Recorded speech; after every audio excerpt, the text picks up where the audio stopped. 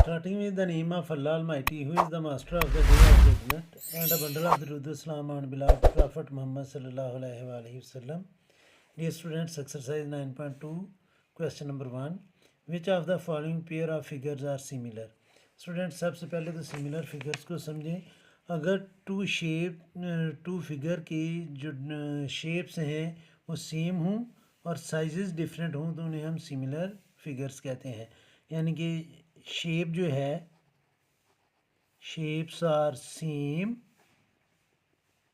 But sizes are different, तो उनको हम कहते हैं सिमिलर फिगर्स. उनको हम क्या कहते हैं? Similar figures. और इसकी जो करेक्टरिस्टिक्स हैं, स्क्वायर रेक्टेंगल के स्टूडेंट्स कॉरस्पॉन्डिंग एंगल्स इक्वल होते हैं. Corresponding angles are equal and corresponding sides are proportional. पहले इस चीज़ को समझें students. Two triangles A B C, triangle A B C will be similar to triangle P Q R if and only if angle A यानी कि जो first angle है वो इक्वल हो एंगल पी के, एंगल बी जो है वो स्टूडेंट्स इक्वल हो एंगल क्यू के, और एंगल सी जो है वो इक्वल हो एंगल आर के. ये बन गए कॉन्ग्रुएंट एंगल्स. इसके साथ साथ स्टूडेंट्स दूसरी बात ये है कि इसकी जो पहली साइड है ए बी और दूसरी ट्रायंगल की साइड जो है पी क्यू, और फिर पहली ट्रायंगल की side B C over Q R, ये इक्वल हो A C over P R के. यानी कि ये कंडीशन भी होनी चाहिए कि कॉरस्पॉन्डिंग साइड्स जो हैं वो प्रोपोर्शनल हों, तो फिर टू ट्रायंगल्स या टू फिगर्स जो हैं वो सिमिलर होती हैं. तो इन दो कंडीशंस को आपने माइंड में रखना होता है. रेक्टेंगल जो है स्टूडेंट्स, सपोज कि एक रेक्टेंगल ये है और एक रेक्टेंगल ये है. अब इन दोनों रेक्टेंगल्स के जो एंगल्स हैं वो तो राइट एंगल होंगे, क्योंकि रेक्टेंगल की कंडीशन होती है कि उसके सारे एंगल जो हैं वो राइट एंगल होते हैं. लेकिन हम इन दोनों को उस वक्त तक सिमिलर प्रूफ नहीं कर सकते जब तक कि इनकी कॉरस्पॉन्डिंग साइड जो है यानी कि लेंथ और विड्थ की रेशो सेम ना हो. दोबारा इस चीज़ को समझें कि रेक्टेंगल की अगर लेंथ और विड्थ की में रेशो सेम है तो फिर स्टूडेंट्स वो रेक्टेंगल जो है वो सिमिलर है. यानी कि इसकी लेंथ और इसकी लेंथ अगर हम और इसकी विड्थ और इसकी विड्थ इनकी रेशो सेम हो, यानी कि लेंथ ओवर लेंथ ये इक्वल हो विड्थ ओवर विड्थ के, इनमें वैल्यूज़ पुट करके हम चेक करें अगर वो इक्वल आ रही हैं तो फिर रेक्टेंगल्स सिमिलर होंगी. ये रेक्टेंगल में पर्टिकुलरली आपने ये बात ध्यान में रखनी है कि रेक्टेंगल जितनी भी हैं उनके एंगल्स तो राइट एंगल होंगे, लेकिन उनकी लेंथ और विड्थ की जो रेशियो है वो सेम होगी, तो फिर वो रेक्टेंगल जो है वो सिमिलर होंगी. और सेम जो है वो आपने ट्राइंगल के लिए भी देखना है कि ट्राइंगल्स के अगर एंगल्स कॉन्ग्रुएंट हो गए हैं तो वो स्टूडेंट सिमिलर फिगर्स हैं, और अगर उनकी कॉरस्पॉन्डिंग साइड्स की रेशियो सेम है तो वो फिर भी सिमिलर फिगर्स हैं. तो इन चीज़ों को आपने माइंड में रखना है. अभी हम एक्सप्लेन करते हैं ये जो फर्स्ट है क्वेश्चन, तो इसको मैं एक्सप्लेन करता हूँ. आप देखें स्टूडेंट्स आपके सामने ये टू फिगर्स आ रही हैं.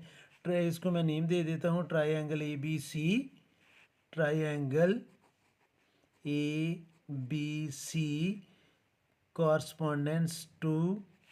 अब देखें स्टूडेंट्स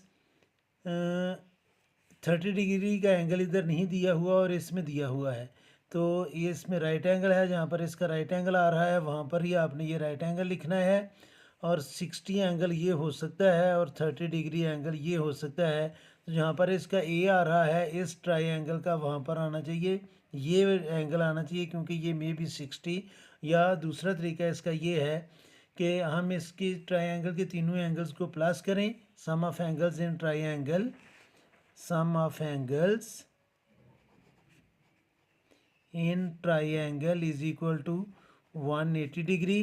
तो इस ट्राइंगल का एक एंगल है 90 डिग्री, एक है 30 डिग्री, और तीसरे एंगल का नेम हम रख लेते हैं एक्स। तो students is equal to 180 degree, तो ये 120 बनेंगे। 120 को राइट साइड से जाकर जब माइनस करेंगे तो एक्स की वैल्यू आ जाएगी 60 डिग्री। तो इसका एक एंगल 60 भी है, मीन्स कि ये दोनों ट्राइंगल्स के तीनों एंगल जो हैं वो इक्वल हैं। राइट एंगल की इक्वल है। ये एंगल 30 डिग्री का होगा तो ये 30 डिग्री का है, ये 60 का है तो ये भी 60 का होगा, क्योंकि sum of angles in triangle is equal to 180 degree. लेकिन इसको जैसे प्रूफ करना है वो आप जेहन में रखें कि आपने अगर इसको नेम दिया है ए बी सी का, तो बी और ये जिधर ये राइट एंगल बन रहा है उधर ये राइट एंगल भी बनना चाहिए। तो आपने सिर्फ बताना है कि ये सिमिलर हैं, तो आप लिख लें कि ये फर्स्ट पार्ट जो है वो दोनों जो है वो सिमिलर फिगर्स हैं। अब सेकंड पार्ट पर आ जाएं स्टूडेंट्स। ये इक्विलेटरल ट्राइंगल है, तीनों साइड्स इक्वल हैं, इसकी भी तीनों साइड्स इक्वल हैं। तो इनके स्टूडेंट्स जो साइजेज़ हैं वो डिफरेंट हैं और शेप्स सेम है। अगर हम इनकी रेशियो लें, यानी कि मैं इसको लिखूँ 2/3 is equal to 2/3 is equal to 2/3, तो ये तीनों इक्वल हैं स्टूडेंट्स। तो अगर दोनों ट्राइंगल की कॉरस्पॉन्डिंग साइड्स की रेशियो सेम हो तो वो सिमिलर फिगर होती हैं। तो जो नंबर 2 है स्टूडेंट्स वो भी सिमिलर फिगर है, सिमिलर हैं जी, ये सिमिलर फिगर्स। अब आ जाएं स्टूडेंट्स नंबर 3 पर। नंबर 3 में हमें क्वाड्रिलेटरल गिवन है। अब देखें स्टूडेंट्स, इन दोनों फिगर्स में ये जो आपके सामने है कि कॉरस्पॉन्डिंग साइड्स की रेशियो सेम है। ये भी 3 है और ये भी 3 है, ये भी 4 है और ये भी 4 है, यानी कि कॉरस्पॉन्डिंग साइड्स की अगर हम रेशियो लें तो ये विड्थ और ये विड्थ जो है स्टूडेंट्स ये इक्वल होंगी। मैं आपके सामने करता हूँ, यानी कि width over width is equal to length over length. तो इसकी अगर मैं ये लेंथ विड्थ लूँ 3, तो इसकी भी 3 है, तो 3/3 इज इक्वल टू 4/4। तो जब हम इसको सिंप्लीफाई करेंगे तो ये आ जाएगा 1 इक्वल टू 1। तो ये इसकी रेशियो जो है वो इक्वल आ गई है, सेम आ गई है। लेकिन इसमें कोई भी एंगल जो है वो सेम नहीं है। ये रेक्टेंगल है, ये पैरेललोग्राम है, तो ये स्टूडेंट्स नंबर 3 जो है वो सिमिलर नहीं है। नंबर 3 जो है वो आपने लिखना है नॉट सिमिलर। उम्मीद है कि आपको समझ आई होगी कि ये कैसे सिमिलर नहीं है। अब आ जाए स्टूडेंट्स नंबर 4 पर। अब इसको आपने देखना है कि नंबर 4 में ये एंगल जो है स्टूडेंट्स ये 120 डिग्री है और ये भी 120 डिग्री है। अब 120 डिग्री एंगल जो है उसके आर्म जो स्मॉलर आर्म है वो 4.5 है और जो लार्जर आर्म है वो 6 है। तो इधर 120 डिग्री का जो स्मॉलर आर्म है वो 3 है और लार्जर आर्म जो है वो 4 है। तो अगर हम इनकी रेशियो लें, यानी कि स्मॉलर आर्म है इसका 4.5 ओवर इस ट्राइंगल का स्मॉलर आर्म है 3 इज इक्वल टू इस एंगल का लार्जर आर्म है 6 और इस एंगल का लार्जर आर्म है 4। तो अब स्टूडेंट्स हम इसको करते हैं, सॉल्व करते हैं, BCM करते हैं। तो अगर हम BCM करें तो यह आएगा 4 multiply by 4.4 is equal to 3 multiply by 6। तो इसको हम मल्टीप्लाई करेंगे तो ये भी 18 आ जाएगा और ये भी 18 आ जाएगा। तो इसकी जो कॉरस्पॉन्डिंग साइड्स हैं वो प्रोपोर्शनल हैं, तो ये दोनों फिगर जो हैं वो सिमिलर है। स्टूडेंट्स नेक्स्ट है नंबर 5। अब नंबर 5 में देखें स्टूडेंट्स, इसमें एंगल कोई भी नहीं दिया हुआ। अब आपने इसकी साइड्स कैसे लेनी है कि ये स्मॉलर ट्राइंगल है, ये लार्जर ट्राइंगल है। इसकी जो स्मॉलेस्ट साइड है वो 2 है, इसकी जो स्मॉलेस्ट साइड है वो 3 है, तो हम इसको लिखेंगे 2/3। कॉरस्पॉन्डिंग साइड का यही मतलब होता है। नंबर 5 अभी करने लगा हूँ, 2/3 इज इक्वल टू, अब इसकी जो ग्रेटर साइड है वो 3 है और इसकी जो ग्रेटर साइड है वो 4 है, तो आगे मैं लिखूँगा 3/4। और इस ट्राइंगल की जो ग्रेटेस्ट साइड है वो 4 है और इसकी जो ग्रेटेस्ट साइड है वो 6 है, तो आगे हम लिखेंगे 4/6। इस चीज़ को ध्यान में रखना है कि ये स्मॉलर ट्राइंगल के आपने अगर साइड्स एज न्यूमरेटर ली हैं तो इसकी सारी साइड्स न्यूमरेटर होंगी और इसकी सारी साइड्स डिनोमिनेटर होंगी। यानी कि इसका सबसे छोटा स्मॉलर नंबर है 2, तो इसका स्मॉलर नंबर है 3, तो मैंने लिखा 2/3। अब 2 से बड़ा नंबर इधर है 3 और 3 से बड़ा नंबर इधर है 4, तो दूसरी से मैं लिखूँगा 3/4 और इसका जो ग्रेटेस्ट नंबर है वो 4 है और इसका ग्रेटेस्ट नंबर 6 है। तो मैंने उसी तरह इसको किया और अब हम स्टूडेंट्स इसको सिंप्लीफाई करते हैं।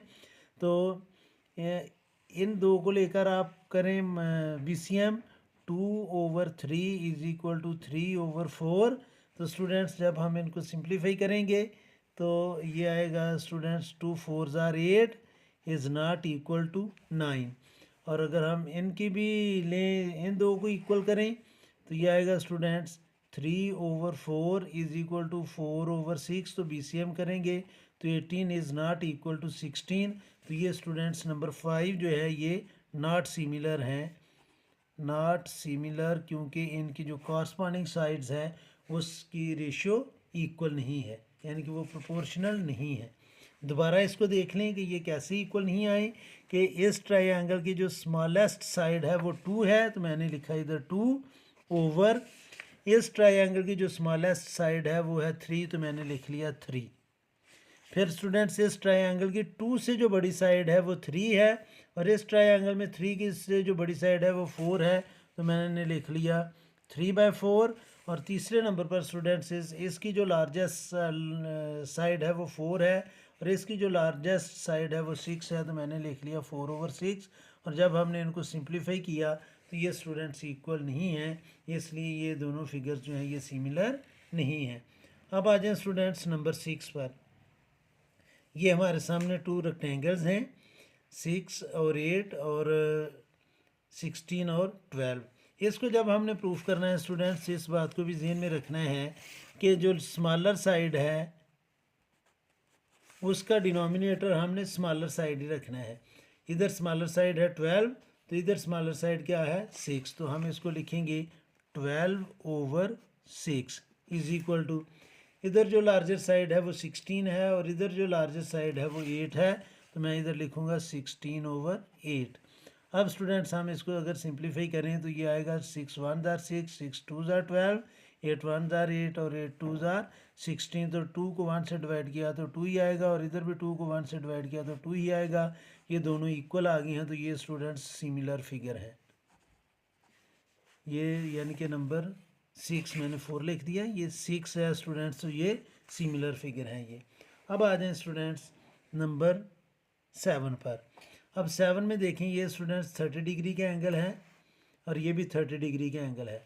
अब 30 डिग्री एंगल की यानी कि ये दोनों एंगल्स इक्वल हैं, बाकी के भी इक्वल होने के चांसेस हैं, लेकिन अब हम साइड्स देखेंगे कि 30 डिग्री एंगल का इस ट्रायंगल में जो स्मॉलर आर्म है वो है 5 और इसका स्मॉलर आर्म है 7.5। तो हम इसको लिखेंगे 5/7.5 इज इक्वल टू, इस एंगल का ग्रेटर आर्म 6 है और इसका 9 है, तो इसको हम लिख लेंगे स्टूडेंट्स 6/9।